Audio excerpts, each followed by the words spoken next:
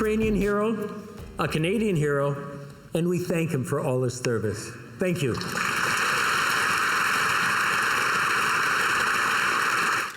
C'était vendredi un moment émouvant, mais qui est devenu depuis un cauchemar pour le président de la Chambre des communes, Anthony Rota. Tout allait bien jusque-là. La visite du président ukrainien Volodymyr Zelensky unissait pour une rare fois les parlementaires.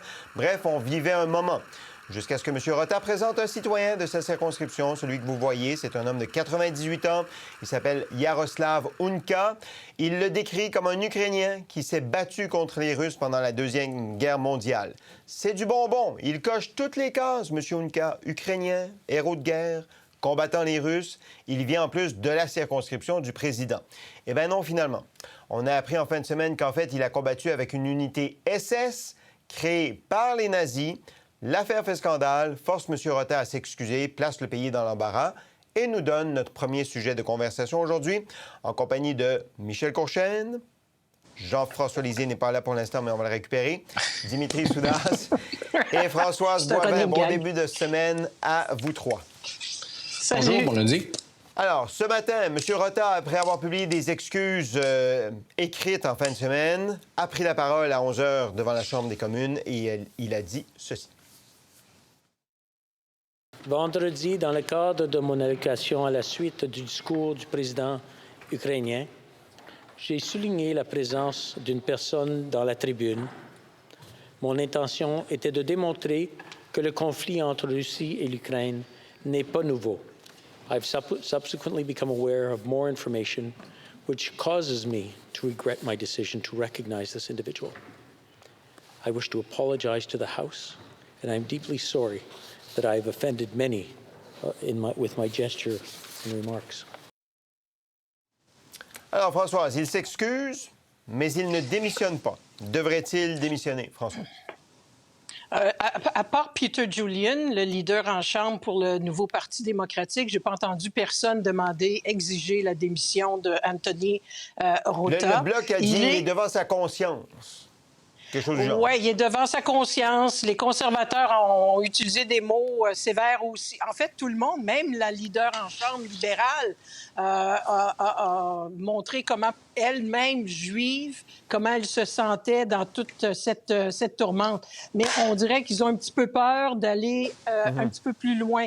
J'écoutais le contenu de chacune des déclarations. C'est quand même grave ce qui s'est passé, là, les amis.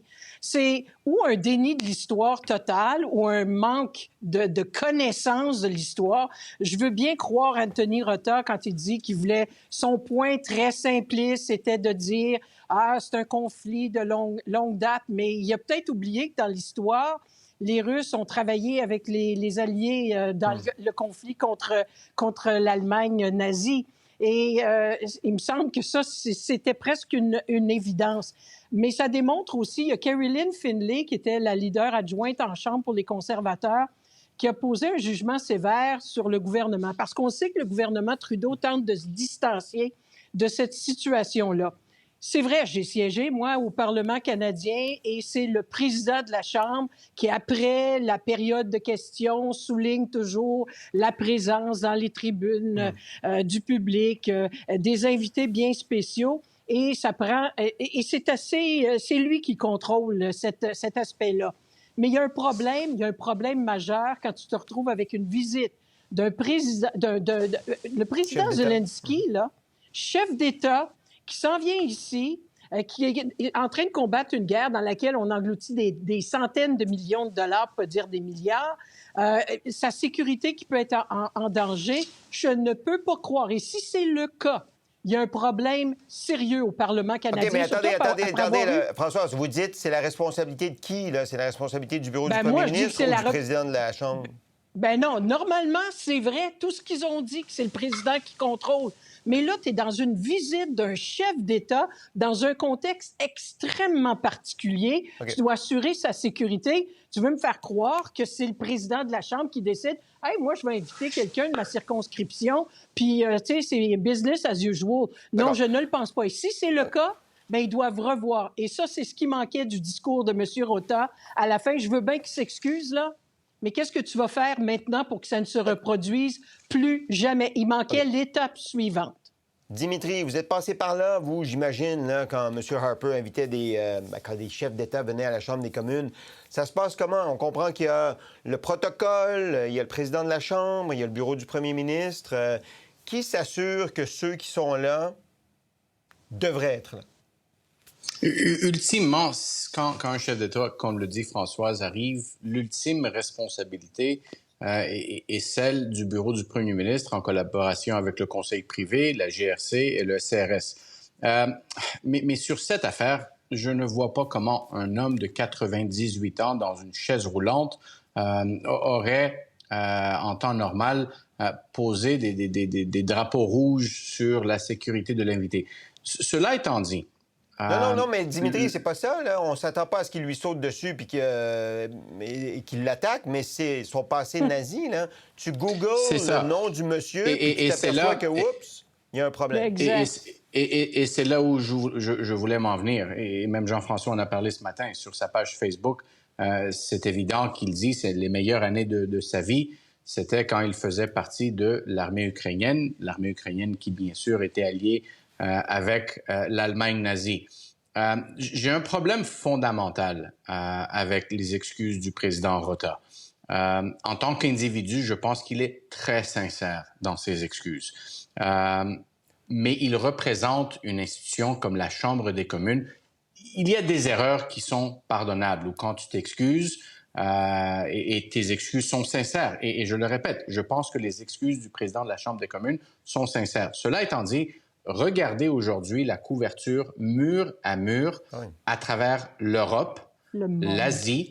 Regarde, les médias indiens en font un plat. Ils disent essentiellement que Justin Trudeau rend hommage à un nazi.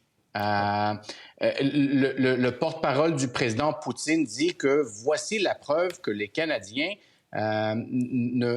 n'instruisent pas et n'éduquent pas leurs enfants, parce que quand on parle de combattre la Russie pendant la Deuxième Guerre mondiale, la Russie était notre allié pendant la Deuxième Guerre mondiale.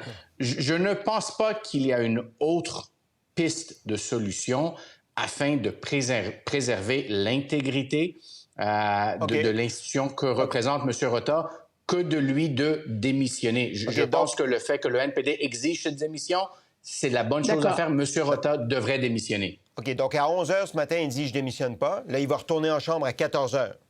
Il devrait dire qu'il démissionne à ce moment-là? Trop tard.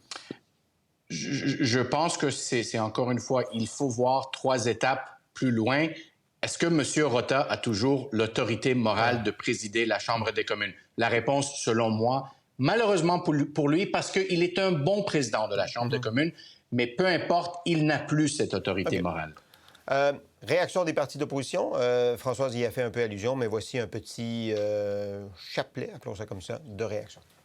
If someone of that background, which a straightforward Google search will show served in that particular division during World War II, if that basic level of vetting was not done by the government, that raises serious concerns. Vous nous avez offert vos excuses, que j'en suis convaincu sont sincères, et c'est votre conscience. J'en appelle à votre sagesse. C'est votre conscience qui saura si ces excuses-là sont suffisantes. Je demande pour le bien du Parlement que vous démissionnez du poste de président. OK. Donc, je rappelle, le NPD est le seul parti qui demande textuellement la démission du président. On verra ce qui se passe d'ici 14 h. Michel, vous avez siégé, vous, dans une assemblée législative. Le rôle du président est extrêmement important. Puis Dimitri soulève la question de l'autorité. Il faut qu'il y ait un respect des parlementaires envers le président. Il faut qu'il soit capable d'exercer son autorité. M. Rota le faisait extrêmement bien de l'avis de tous. Mais là, est-ce qu'il a perdu son autorité? Michel? Il faut qu'il y ait un lien de confiance avant tout. Et je pense que ce lien de confiance-là est brisé. Pourquoi? Parce qu'il ne démissionne pas, très franchement. Et je ne comprends pas comment ça se fait qu'il ne démissionne pas. Et je ne comprends pas comment ça se fait même que le bureau du premier ministre n'exerce pas une pression pour qu'il quitte ses fonctions. Pourquoi? Parce que c'est à la face même du monde que le Canada a l'air vraiment encore d'être complètement amateur. Et c'est encore une coche mal taillée pour le gouvernement Trudeau qui n'arrive pas à gérer une situation qui va dégénérer en crise, encore une fois. Par contre, il faut saluer le ton avec lequel tous les membres des partis d'opposition ce matin ont pris la parole. Ils sont comme sous le choc, hein? Probablement, mais même à ça, ils ont conservé un ton calme et non partisan. On verra à la période de questions, probablement que ça risque de changer, mais ils se sont quand même élevés et ce qu'ils ont dit était extrêmement sérieux et pour moi, ça a une portée beaucoup plus grande. Mais il en demeure pas moins que la situation, elle est telle qu'elle est. C'est une faute grave, il n'y a pas d'excuse. Et le bureau du premier ministre, je suis d'accord avec mes collègues, le bureau du premier ministre a une responsabilité à partir du moment où on invite un chef d'État qui lui-même est en guerre. Alors, sincèrement, il y a plein de choses incompréhensibles. Et là, les députés vont dire, bien, on va continuer à poser des questions, puis on a besoin d'avoir de réponses. Non, qu'ils démissionnent. Et là, s'ils démissionnent cet après-midi ou qu'ils démissionnent demain, le mal est fait. Parce que ça empire la situation de démissionner 24 heures ou 48 heures plus tard, peu importe s'il le fait ou s'il ne le fait pas. Et donc, c'est pas nécessaire, tout ça. Ça traîne trop, c'est ça que vous dites? Ben oui, c'est sûr. Un qui ne laisse pas traîner les choses, c'est Pierre Poilievre, qui récupère ça pour attaquer directement Justin Trudeau et le cabinet du premier ministre. On écoute le chef conservateur. It appears Mr. Trudeau met with the Nazi in question, so that would have been vetted by his office. It's unfortunately a long, ugly past that Justin Trudeau has with racism himself, and so when an incident like this happens, you have to question if it's just more incompetence by his office or carelessness, or he's just completely insensitive to historical realities. OK, deux trucs là-dessus. Le cabinet du premier ministre Trudeau dit qu'il ne l'a pas rencontré, le monsieur en question. Avez-vous remarqué, Jean-François, ce que Pierre Poilievre dit? Il parle du passé raciste de Justin Trudeau, que c'est un exemple du passé raciste de Justin Trudeau. Donc, bon, il y a de la récupération politique qui va être faite, là, Jean-François. Oui, bien, M. Poilievre revient assez régulièrement sur les épisodes de Blackface. Hein? Et donc, il essaie de maintenir ça vivant dans la mémoire. Et là, c'est à ça qu'il fait allusion ce matin. Mais sur la question plus générale, écoutez, si cet événement-là avait eu lieu sans la guerre en Ukraine, bon, il s'excuse, il n'avait pas vérifié, etc. Si ça avait été à un autre moment que celui de la visite de Zelensky, il pourrait s'excuser, on pourrait accepter ses excuses. Mais là, nous sommes en guerre à travers l'Ukraine contre la Russie. La propagande russe, depuis le début, c'est que cette opération spéciale est menée pour libérer l'Ukraine de la domination des néo-nazis du gouvernement ukrainien. Même si Volodymyr Zelensky est juif, ça ne les dérange pas, ils disent c'est des nazis. Qu'est-ce que le Canada pouvait faire de plus génial pour Poutine?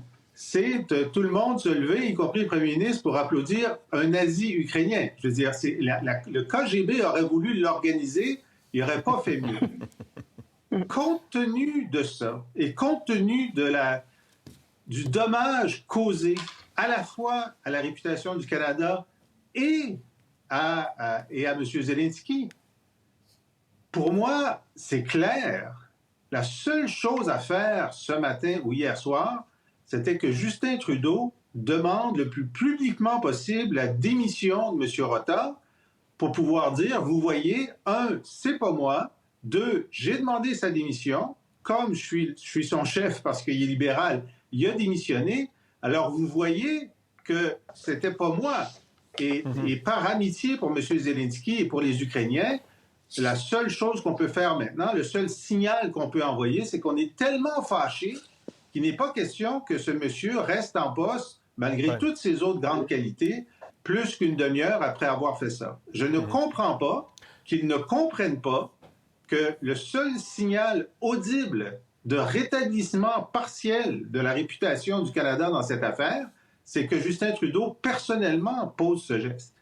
Mais est-ce que c'est pas délicat, juste Jean-François, en complément, est-ce que c'est pas délicat pour un chef de parti de demander la démission du président de la Chambre des communes, qui est l'arbitre, dans le fond, des travaux à la Chambre des communes? Jean-François. Il va y avoir un autre arbitre qui va être élu dans 2 jours. Puis il y a un sous-arbitre, puis un sous-sous-arbitre qui peut prendre son siège.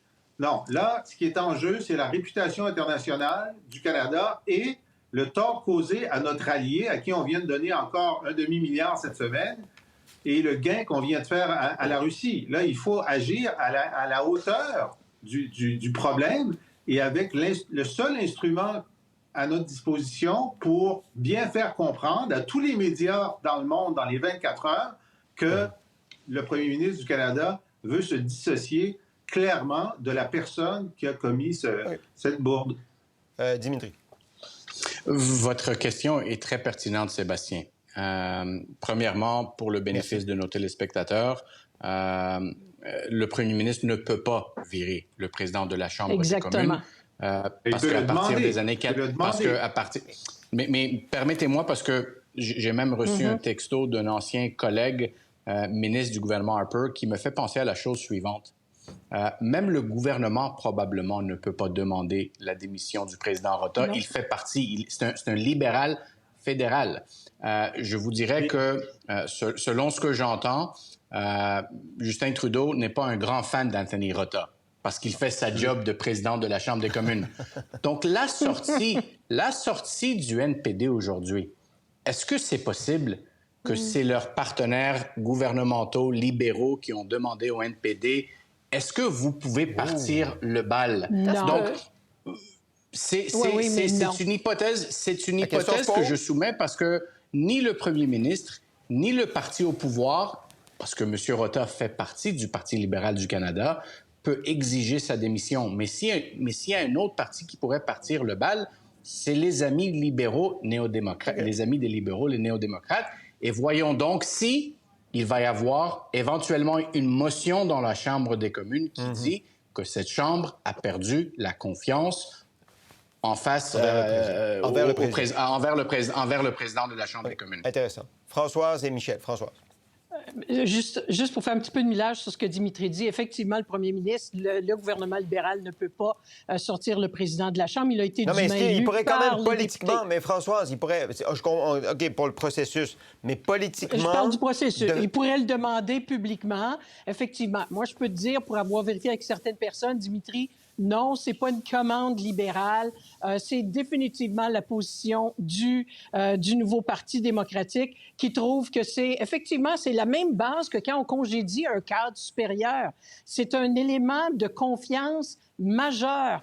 Et après ça, tu ne peux plus avoir confiance. Maintenant, moi, je pense qu'il y aura, s'ils veulent avoir de la suite dans les idées, le NPD doit maintenant présenter une motion de non-confiance envers le président de la Chambre qui refuse de démissionner. Et là, tous les députés, ça sera intéressant de voir à quelle enseigne ils logent, parce que pour les conservateurs, présentement, au niveau politique, ils veulent que ce soit Justin Trudeau et son gouvernement qui portent l'odieux de l'événement. Alors, à un moment donné, là, il va falloir que les gens se branchent. Et un n'empêche pas l'autre en passant. J'écoutais les discours puis je me disais même, pourquoi, conservateurs, ne présentez pas une motion de non-confiance envers le gouvernement? C'est une erreur grave. C'est épouvantable. Mais leur cible, parce que leur cible, c'est Justin Trudeau. Vous savez, il y a des gouvernements qui ont tombé pour bien moins que ça. Il y a des gouvernements qui ont tombé pour bien moins que ça. Oh. Et je ne sais pas, peut-être parce qu'on ne prend pas ici au Canada les choses internationales avec sérieux, mais c'est grave ce qui se passe présentement. Okay. Moi, je trouve ça épouvantable. Alors, quelque part, il faut arrêter juste le blabla puis poser des gestes. OK. Michel. Moi, je pense que c'est une histoire qui n'est pas terminée, de toute évidence. Juste à nous écouter parler, c'est pas terminé. Oh. Mais je pense aussi que ces gens-là se sont parlé. J'ai beaucoup de difficultés. Je suis un peu de l'avis de Dimitri à cet égard-là. Si c'est aussi grave que le dit François, c'est évident qu'il y a eu des conversations téléphoniques ce matin entre tout ce beau monde-là. Okay. Certainement entre le NPD et les libéraux. Et dans ce sens-là, s'il y a une motion, bien là... j'ai de la misère à penser qu'il va y avoir une motion. Je pense qu'il va y avoir plus de pression que de motion parce que ça met les députés libéraux dans une drôle de situation. À moins qu'ils décident qu'effectivement, ils veulent absolument... Ils laissent monter la température de l'eau. Mais la motion pourrait être présentée par le NPD, non? Oui, je comprends, mais il faut que les libéraux votent pareil, tu sais. Alors, oui, mais ils n'ont pas besoin des libéraux. Michel, ils ont juste besoin des conservateurs et du Bloc, et puis les libéraux... Oui, mais ça fait rien. Quand même... François, je suis d'accord avec toi, mais ça met les libéraux dans l'embarras quand même. Il faut que tu votes quand même. Oui, mais c'est justement... Alors, pour ma théorie, ce qui est tout à fait dommageable, c'est qu'encore une fois, on va étirer le drame pendant plusieurs jours. C'est ça que je ne comprends pas du gouvernement Trudeau, alors que ça pourrait être réglé tellement plus rapidement. Pour voir nos émissions en entier, rendez-vous sur la chaîne Ici RDI.